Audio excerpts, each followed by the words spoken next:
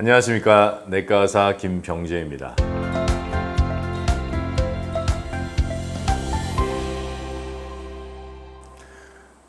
우리나라의 만성질환, 즉 고혈압이나 암이나 자가면역, 이러한 만성질환들의 숫자가 점점 많아지고 있습니다. 해마다 이러한 만성질환이 증가함에 따라서 우리나라에서 왜 이런 만성질환들이 증가할까 하고 연구를 해봤어요. 그랬더니 이 영양에 문제가 있었습니다. 그래서 매년 우리나라에서 하는 국민건강영양조사라는 것이 있습니다. 이 국민건강영양조사에 의하면은 우리나라 사람들이 만성질환에 걸리는 가장 큰 이유가 이 세 가지인데, 하나는 칼슘 결핍이고, 두 번째는 나트륨 과다, 그리고 세 번째는 아침 식사 결핍입니다. 오늘은 이 아침 식사 결핍에 대해서 얘기를 해볼까 합니다. 아침 식사는 우리가 먹어야 될 세 끼 중에서 가장 중요한 식사입니다. 우리가 그 전날 밤에 잘 때 아무것도 먹지 않았어요. 그래서 우리의 몸은 우리가 아침 식사를 할 시간이 되면은 그때까지 우리 몸에 저장돼 있던 여러 가지 에너지원을 계속 분해해서 쓰는 상태입니다. 그래서 에너지 또는 영양 분해 상태로 계속 밤에 지속이 돼 있습니다. 그러다가 아침이 되면은 충분한 에너지가 들어와줘서 그 상태를 다시 에너지를 저장하고 에너지를 만드는 상황으로 가야 되는데, 만약에 우리가 아침 식사를 하지 않는다면은 그 상황으로 가지 못하게 되고 우리의 몸은 계속 에너지를 소비하는, 즉 영양 에너지 결핍 상태로 이어지게 됩니다. 그래서 아침 식사는 우리가 가장 많은 양의 식사량과 가장 많은 에너지를 소화하게끔 우리 몸이 기다리고 있는 시간입니다. 즉, 다르게 말해서는 아침 식사를 가장 크게 해야지만이 우리 몸에서는 그것을 가장 잘 이용할 수 있는 상태라는 거예요.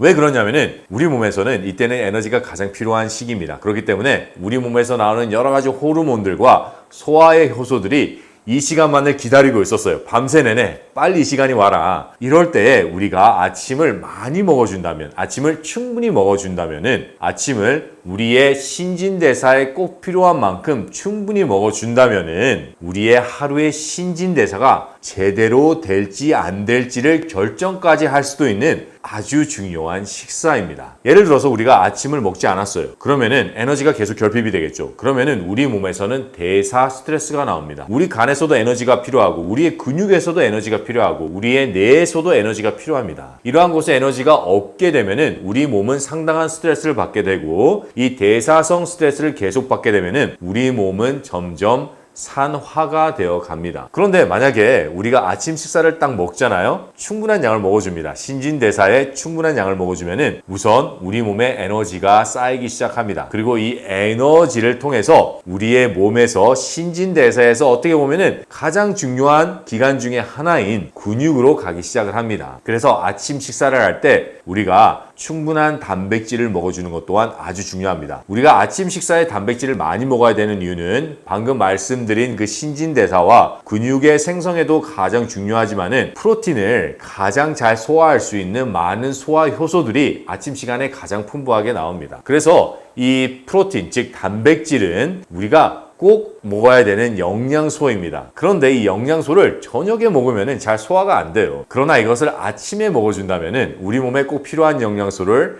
가장 소화가 잘 되는 상황에서 섭취하기 때문에 아주 우리 몸에 유용하게 쓰이게 됩니다. 또한 우리가 아침 식사를 하게 되면 이 아침 식사를 함으로 인해서 우리의 뇌에 좋은 작용이 일어납니다. 그래서 뇌에서 충분한 에너지를 가지고 일을 할 수 있게 하는 것 외에도 뇌에서 나오는 여러 가지 호르몬들이 이 아침 식사로 인해서 나오게 됩니다.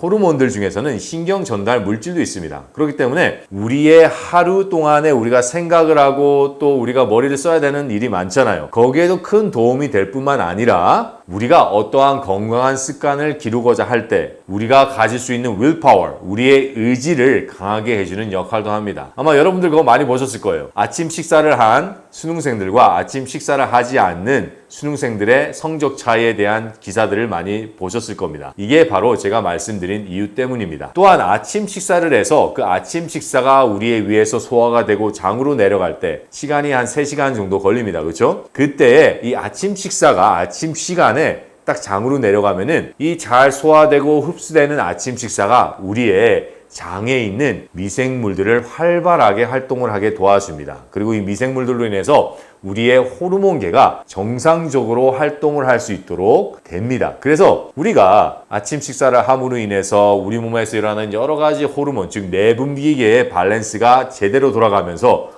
우리가 염려하는 인슐린 저항이나 안 그러면은 기분 저하, 안 그러면 무기력증 이러한 것들이 해결되기 시작합니다. 아침 식사 이 한 끼는 정말 중요합니다. 그리고 아침 식사의 양은 충분히 드셔야 됩니다. 과식은 물론 좋지 않습니다. 그러나 소식 또한 좋지 않습니다. 세 끼 식사 중에서 우리가 가장 크게 가장 많은 양을 먹을 수 있고 또 제대로 소화 흡수할 수 있는 때가 아침입니다. 그렇기 때문에 아침은 왕처럼, 그쵸? 점심은 왕자처럼, 그리고 저녁은 거지처럼이라는 말이 있습니다. 그런데 이 저녁은 거지처럼이라는 말은 틀렸습니다. 저녁 또한 과일 식사를 하시되 과일을 풍족하게 먹어줘야 됩니다. 점심 또한 마찬가지예요. 점심 또한 우리 몸에서 신진대사가 원활히 일어날 수 있는 에너지를 충분히 공급해 줄 수 있도록 충분히 드셔야 됩니다. 과식은 나빠요. 과식은 뭐랄까, 우리가 먹으면 배가 너무 부르다, 그렇죠? 그래서 움직이기가 힘이 들다, 그 정도가 가식입니다. 그러나 포만감 있는 식사, 충분한 식사는 우리가 이 식사를 먹었을 때 내가 앞으로 다음 식사, 즉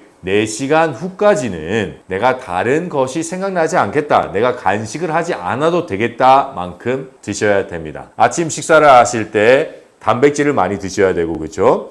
그리고 지방, 식물성 단백질을 많이 드셔야 되고, 또 식물성 지방, 또 생채소 또한 풍부하게 드셔줘야 됩니다. 이렇게 모든 영양분이 골고루 들어간 풍족한 아침 식사를 함으로 인해서 나의 하루가 달라지고 그 하루가 달라짐으로 인해서 우리의 건강한 습관은 점점 차이게 됩니다. 그리고 다시 한번 말씀드리지만은 채식을 하시는 분들이 식물성 단백질의 중요성을 다시 한번 아셔야 됩니다. 그래서 이 식물성 단백질이 우리 몸에 꼭 필요하며, 그리고 그 식물성 단백질이 우리 몸에서 가장 소화가 잘 되는 시간은 아침입니다. 그리고 이 식물성 단백질은 우리의 장에 있는 호르몬들을 일깨워 줍니다. 그래서 살이 찌는 것을 예방해 줍니다. 그래서 식물성 단백질을 아침에 섭취하는 것은 우리가 체중에 대해서 염려하고 있으신 분들에게는 아주 좋은 방법입니다. 오늘은 아침 식사의 중요성에 대해서 얘기했습니다. 아침 식사 앞으로 꼭 거르지 마시고